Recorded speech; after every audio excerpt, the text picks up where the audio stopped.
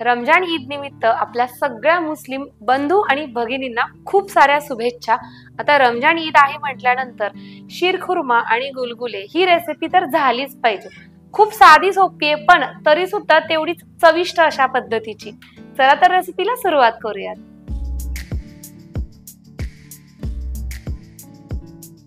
याची सगळ्यात पहिली स्टेप आहे ती म्हणजे गुळाचं पाणी, किंवा आता याला आपण गुळवणी पण म्हणतो। तर इथं मी 1 कप गुळ घेतलेला आहे आणि तो एकदम बारीक असा चिरून घ्यायचा, म्हणजे पटकन असा तो वितळला जातो।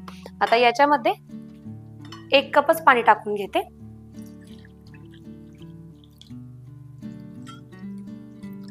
हा गुळ आपल्याला अशा पद्धतीने विरघळवून घ्यायचा आहे। गुळ विरघळण्यासाठी जास्त वेळ लागत नाही, अगदी 1-5 मिनिटांमध्ये व्यवस्थित असं याचं गुळवणी तयार झालेलं आहे। आता हा बाउल आपण बाजूला ठेवूयात। एक दुसरा बाउल मी घेतलेला आहे आणि याच्यामध्ये आता टाकायचंय गव्हाचं पीठ। तर मी 2 कप गव्हाचं पीठ घेतेय।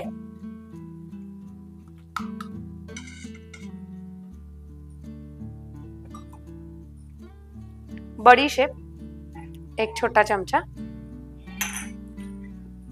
पाव चमचा खाण्याचा सोडा,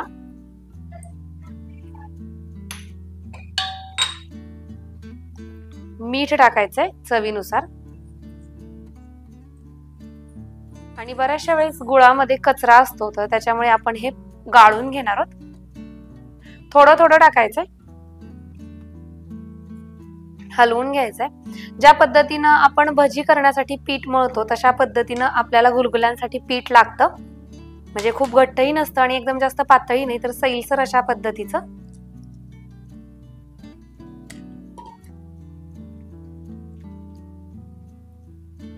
इथे आपलं पीठ तयार झालेलं आहे आणि तुम्ही याची कन्सिस्टन्सी बघू शकता।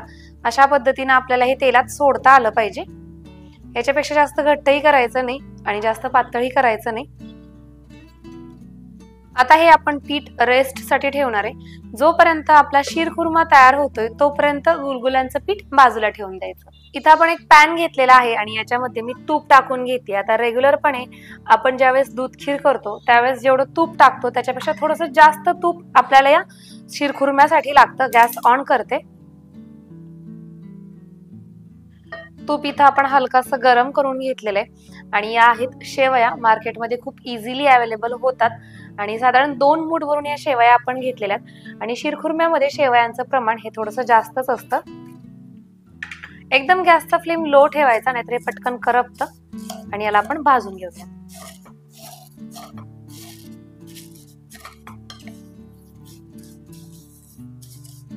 आता ह्या झाल्या मार्केटमध्ये मिळणाऱ्या शेवया, पण याच्या व्यतिरिक्त आपण वर्षभर जे साठवून ठेवतो शेवया, त्या शेवया म्हणजे तुम्हाला गव्हाच्या हव्या असतील तर गव्हाच्या आणि रव्याच्या हव्या असतील तर रव्याच्या, अशा दोन्ही पद्धतीच्या शेवया मी तुमच्यासाठी उपलब्ध करून दिलेल्या आहेत। आणि याची विशेष गोष्ट काय माहितीये का, गव्हाच्या ज्या शेवया आहेत की नाही, तर त्या गव्हाचा रवा आम्ही घरी तयार करतो। तर जर तुम्हाला ऑर्डर करायच्या असतील तर जो नंबर तुम्हाला स्क्रीनवरती दिसतोय त्याच्यावरती व्हॉट्सअप करा।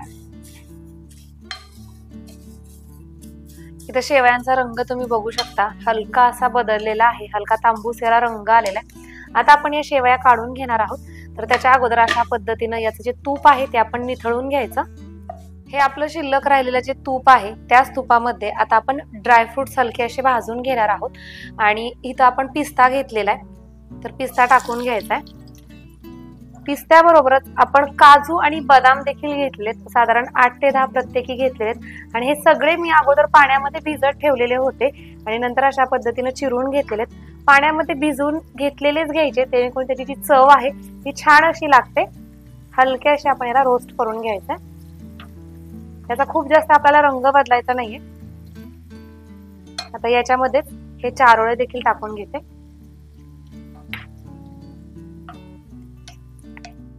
इथे आपण ओली खजूर घेतलेली आहे, याच्या आतल्या बिया काढायच्या आणि अशा पद्धतीने याचे तुकडे करून घ्यायचे। ही सुद्धा तुपामध्ये थोडीशी फ्राय करून घ्यायची। या शीरखुर्म्यामध्ये ना तुम्ही जेवढ्या जास्त प्रमाणात ड्रायफ्रुट्स टाकताल ना तेवढा त्याचा रिचनेस वाढतो। आता हलके फुलके असे रोस्ट करून घेतलेत। आता डायरेक्टली याच पॅन मध्ये आपण दूध ओतणार आहोत।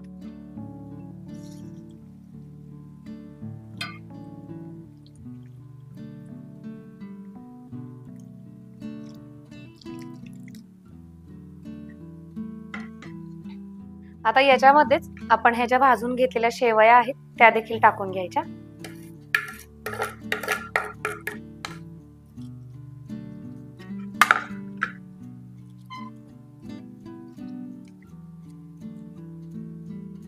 केसर, केसर इथं तुम्ही बघू शकता मी खूप सगळं केसर टाकतेय. तुम्ही थोड्याशा दुधामध्ये म्हणजे हलक्या अशा कोमट दुधामध्ये भिजवून सुद्धा टाकू शकता, किंवा आता इथनं पुढं दूध आपलं गरम होणारच आहे तर मी डायरेक्टली याच्यातच टाकलेले.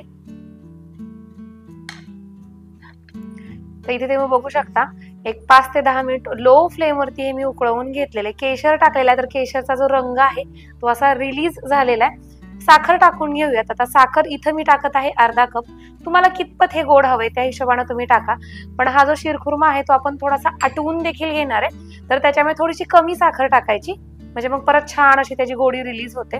आता हा पॅन मी एका दुसऱ्या साईडला ठेवते, म्हणजे दुसऱ्या शेगडीवरती ठेवते. हे इकडं आटतंय तोपर्यंत इथं आपण गॅसवरती तेल गरम होण्यासाठी ठेवलेलं आहे आणि आपलं हे जे पीठ आहे ते सुद्धा मस्तपैकी त्याला रेस्ट मिळालेला आहे. गॅस थोडासा मोठा करते म्हणजे तेल पटकन तापेल आणि याला एकदा अशा पद्धतीनं हलवून घेते.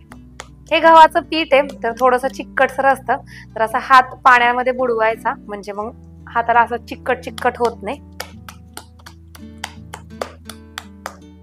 तेलाला चांगला ताव येऊ द्यायचा आहे आणि ताव आल्यानंतर मग याच्यामध्ये अशा पद्धतीने आपल्याला हे सोडून घ्यायचे. गॅसचा फ्लेम मी मोठाच ठेवलेला आहे.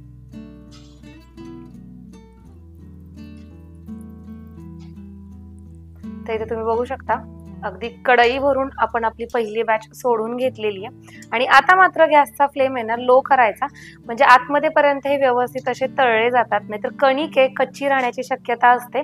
एकदा हलवून घेतलेले 2 मिनिट याला वेळ देऊयात, परत हलवून घेऊयात.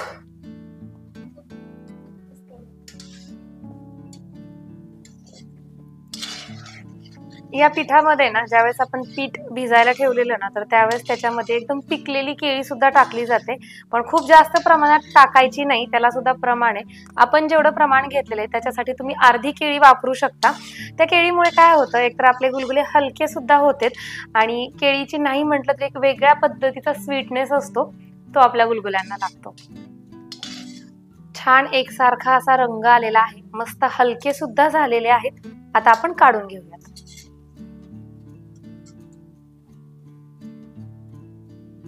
इथे तुम्ही बघू शकता मस्त असा आपला हा शिरखुर्मा तयार झालेला आहे. छान घट्टसर सुद्धा झालेला आहे. खूपही जास्त आपल्याला ह्याला घट्ट करायचं नसतं, आपल्याला खाता आला पाहिजे इतपत हा हवा. आणि तुम्ही याचा रंग बघू शकता, मस्त भारी दिसतोय. खरं तर आहे ना याच्यामध्ये केवडा इसेन्स टाकलं जातं, पण आपल्यापैकी बऱ्याचशा जणांच्या घरामध्ये केवडा इसेन्स असेलच असं नाही, पण विलायचीची पूड मात्र प्रत्येकाच्या घरात असते, तर त्याच्यामुळे आपण टाकणार आहोत विलायचीची पूड. काय कसे बरोबर रेसिपी संपल्यावरच तुला कळतं का?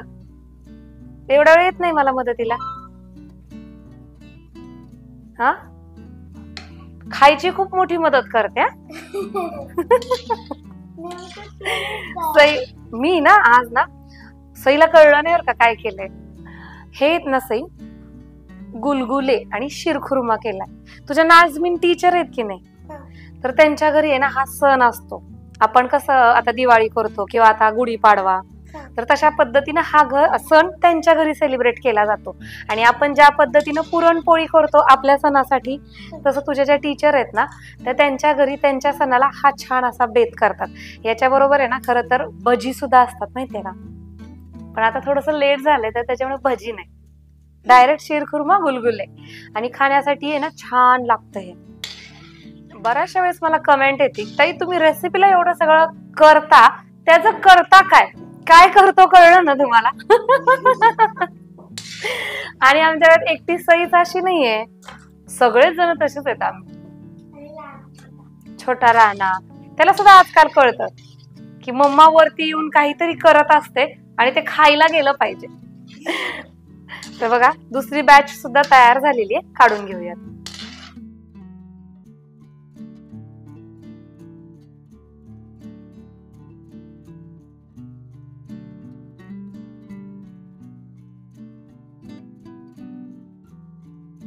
चल धरा. टेस्ट तर तिनं मगाशीच केलेले, पण तरी सुद्धा तिला आहे ना, मी जे आता फोटोसाठी सर्विंग करते ना, ते तिला खायला जास्त आवडतं. सई तर टेस्ट करते. तोपर्यंत तुम्ही मला सांगा की आजची आपली ही रेसिपी तुम्हाला कशी वाटली, आणि तुम्ही सुद्धा ही रेसिपी घरी नक्की ट्राय करा. अशाच पद्धतीच्या छान छान मस्त मस्त रेसिपीज घेऊन मी रोज रात्री 9 वाजता तुमच्या भेटीला येत असते. चला तर मग आता आज सुद्धा आम्ही तुमचा निरोप घेतो आणि उद्या रात्री 9 वाजता परत भेटूया. तोपर्यंत छान झाले.